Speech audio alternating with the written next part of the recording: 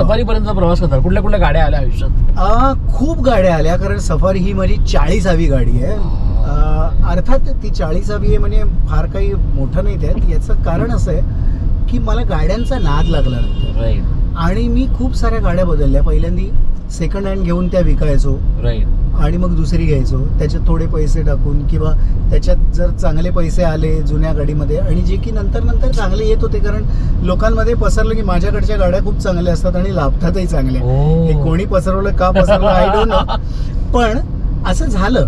त्यामुळे लोक आधीच, अरे तू कुठची गाडी घेतोय, ही विकणार असेल तर मला सांगा, असं सांगायला लागले. काही काही गाड्या अगदीच आणल्या पूजा करताना पण विकलेल्या आहेत मी. हा, म्हणजे एक कॉन्टेस आम्ही घेतली होती आणि घरी आणून पूजा करत होतो. पूजा करत असताना एक आमच्या कॉलनीतला गृहस्थ आला आणि त्यांनी मला विचारलं की अरे वा, नवीन गाडी, ही पण विकणारच असेल ना? म्हटलं हो, ही विकणारच आहे मी. तर म्हणाला की मग विकणार असेल तेव्हा मला सांग. मी म्हटलं असं नसतं, मला लक्षात नाही राहणार तुला घ्यायची आहे, तुला घ्यायची तर आत्ता घेऊन टाक, मला आत्ता लगेच घेऊ. म्हटलं घे, तुला हवी असेल तर घे, अदरवाईज कोणी आलं तर मी तर विकणार.